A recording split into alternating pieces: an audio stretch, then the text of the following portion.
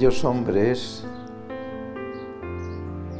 que habían sido los herederos de las comunicaciones divinas con Moisés y habían recibido la ley mosaica, sin embargo no hacían caso de ella, menos todavía del espíritu de los mandamientos.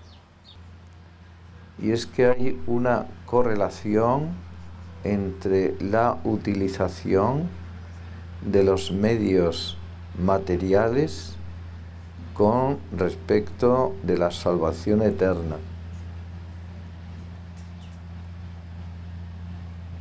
La avaricia, la codicia, que está llevando a la miseria, a la pobreza e incluso a la esclavitud a aquellos que son hermanos de los que trafican con lo que tienen, y trafican mal porque menguan las medidas y hacen trampa con las pesas para que pese lo mismo sin ser lo mismo, pues siendo pesas menores porque las tangaban.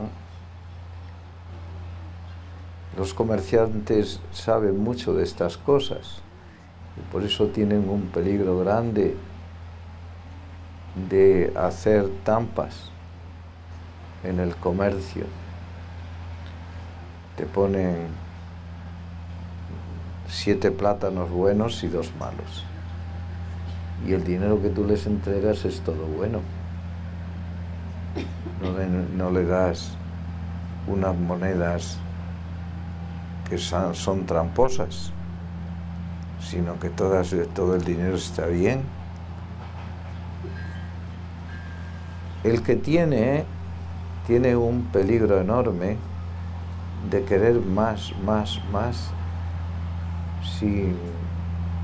sin considerar el modo como lo hacen. Y el profeta Amós lo que hace es afear esta actitud al pueblo, pero es que además llega a ser la sociedad, a verse envilecido de tal modo que todos están haciendo lo mismo. O sea, se ha corrompido no una persona, sino se ha corrompido todo el estamento humano. Y entonces ahí ya poco hay que hacer, precisamente por eso, por las injusticias que hacen con los más débiles, porque siempre se lo pagan los más débiles, los pobres, ¿verdad? Nunca los ricos, los que tienen las decisiones, los que tienen los poderes, eso nunca les falta, sobreabundan. Pueden tener dinero hasta pasar una vaca con el dinero. De modo que estamos en una situación de injusticia. Y precisamente por eso hay también un correlato que es la destrucción de Jerusalén.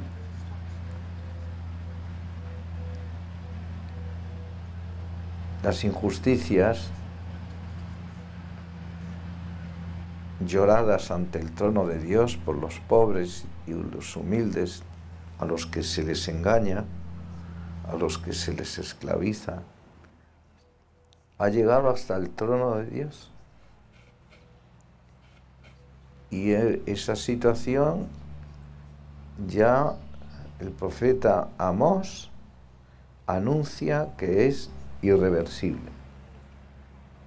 No hay justos que puedan revertir la situación.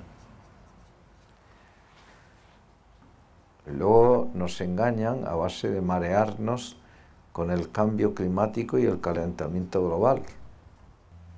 El que practica la codicia, la avaricia, y hace trampa, llega a tener una masa dineraria o de lo que sea, pero de forma injusta. El Señor pone esa parábola del hombre astuto que derrochaba la hacienda del señor a quien tenía que servirle bien y llevar sus asuntos bien. Y entonces dice, entrégame la cuenta, todas las cosas, porque quedas despedido. Deprisa va y convoca a la gente para no morirse de hambre. Yo supongo que haría, como hacen todos los corruptos, ciertas transacciones que van implícitas ahí. ¿Cuánto debes a mi amo? Pues debo 100 barriles de aceite. Aprisa, pon en el recibo 50. Y entonces, de las otras 50, tú te quedas con 25 y yo me quedo con 25.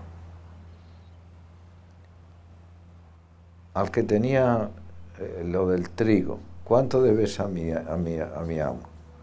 Pues debo 100 fanegas de trigo. Una fanega es una extensión de terreno y es el trigo que se recoge en esa extensión. Bastante, ¿eh? Deprisa, pon 80 en el recibo y las otras 20, pues 10 para ti y 10 para mí. Esta gente siempre funciona de esta manera. 10 para ti, 10 para mí. Van mintiendo, van haciendo trampas de este modo para tener dinero. Y entonces el Señor alabó la astucia con que obró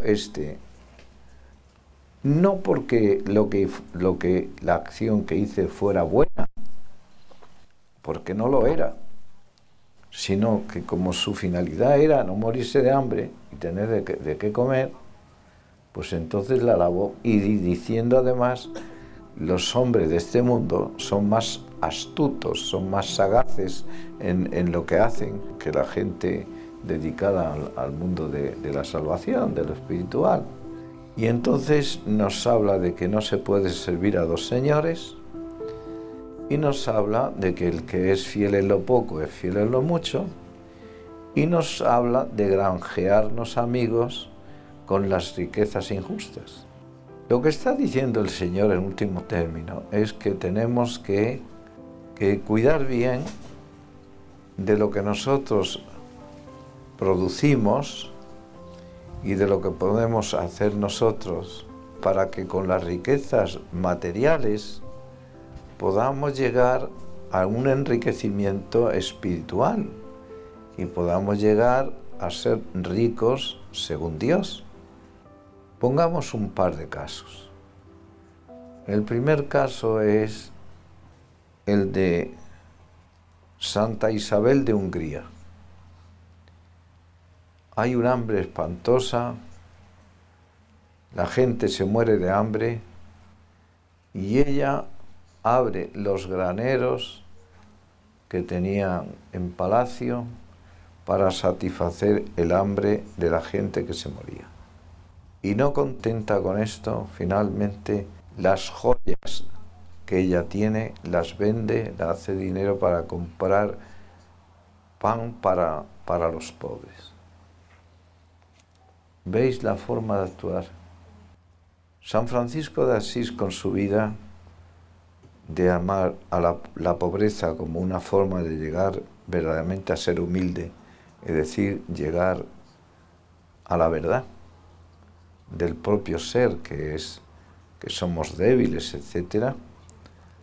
Él se hace pobre por amor a Jesucristo, para poder alcanzar a Jesucristo, porque lee el Evangelio y se da cuenta de que no se puede entrar en el reino de los cielos estando apegado a las riquezas.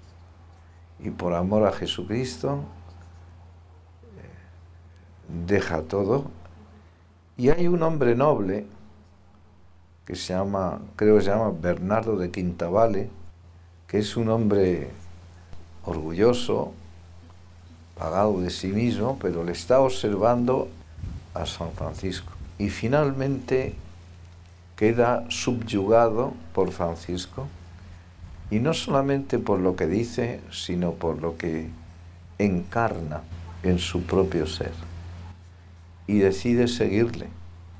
Para seguirle tiene que hacerse pobre, y ha vivido él en los lujos propios del Renacimiento, del primer Renacimiento, del Trecento, ¿verdad? Que está empezando la prosperidad en las repúblicas, etcétera, y entonces vende todo, lo da a los pobres y se va detrás de él.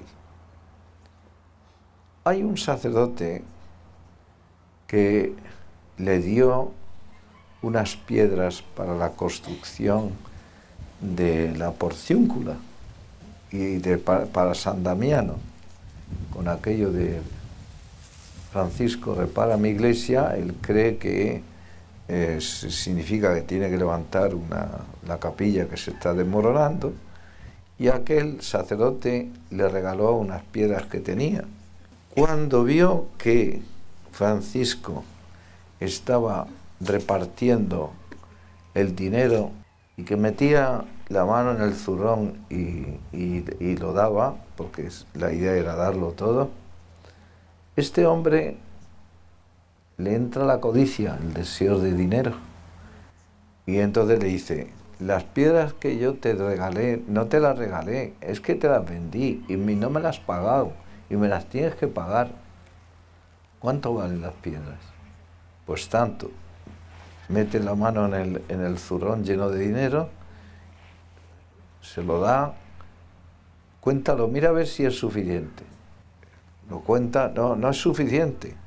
Y le empezó a llenar de dinero. Este hombre, al darse cuenta, le vino la gracia de Dios en ese acto maravilloso que hizo San Francisco. De pronto se da cuenta. Como era un sacerdote y conocía algo de lo que dice Jesucristo, aunque no lo estaba viviendo desde hacía mucho tiempo, cae de rodillas ante San Francisco, le pide perdón y le pide entrar en los franciscanos. Granjearos amigos con el dinero injusto. Lo que nos está hablando Jesucristo es que aprendamos a utilizar bien lo que Él nos da, porque Dios nos lo da por pura benevolencia. Tantas riquezas no son mérito nuestro, el tener dinero o el tener una posición o el tener una situación. Eso nos lo ha regalado el Señor. Entonces nosotros tenemos que obrar en consecuencia de las palabras de Jesucristo y desprendernos verdaderamente de todo aquello que puede impedirnos el caminar hacia Dios. Ciertamente también nosotros tenemos necesidades y hay que ser prudentes. Lo que nos habla Jesucristo es sobre todo en la prudencia, en la utilización de los medios materiales, y que no los podemos utilizar de cualquier modo, sino de tal modo que nos granjee amigos en el cielo, y de tal modo que podamos entrar en el cielo. El que es fiel en lo poco, será fiel también en lo mucho. El que no administra lo poco que el Señor le da, no podrá administrar cosas mayores. Y el Señor nos lo dice y nos hace esta advertencia para que aprendamos a hacer una buena administración de lo que Él nos da, del tiempo, del dinero, como también de las virtudes y dones y carismas que hemos recibido. Si lo hemos recibido, no lo hemos recibido para guardarlo y que se pudra, si no lo hemos recibido para darlo, porque dando es como el Señor nos dará, como dice Él: dad y se os dará. Queridísimos hermanos, tenemos que obrar nosotros según la palabra de Dios, que es el fundamento de nuestra existencia. Todo lo demás es transitorio, tiene un valor relativo. No digo que no tenga valor, no puede decirse no tiene ningún valor, no es así. Tiene valor, pero es un valor relativo. ¿Relativo respecto de qué? Respecto de Jesucristo, de la verdad, del bien, de la belleza, de todo lo que constituye Jesucristo. Él es el que nos da la vida eterna. Que sepamos convencernos de esta verdad y vivirla en consecuencia. Y poner nuestro tiempo al servicio de Dios y de los hermanos, según lo que nos pide en cada momento. Que así sea.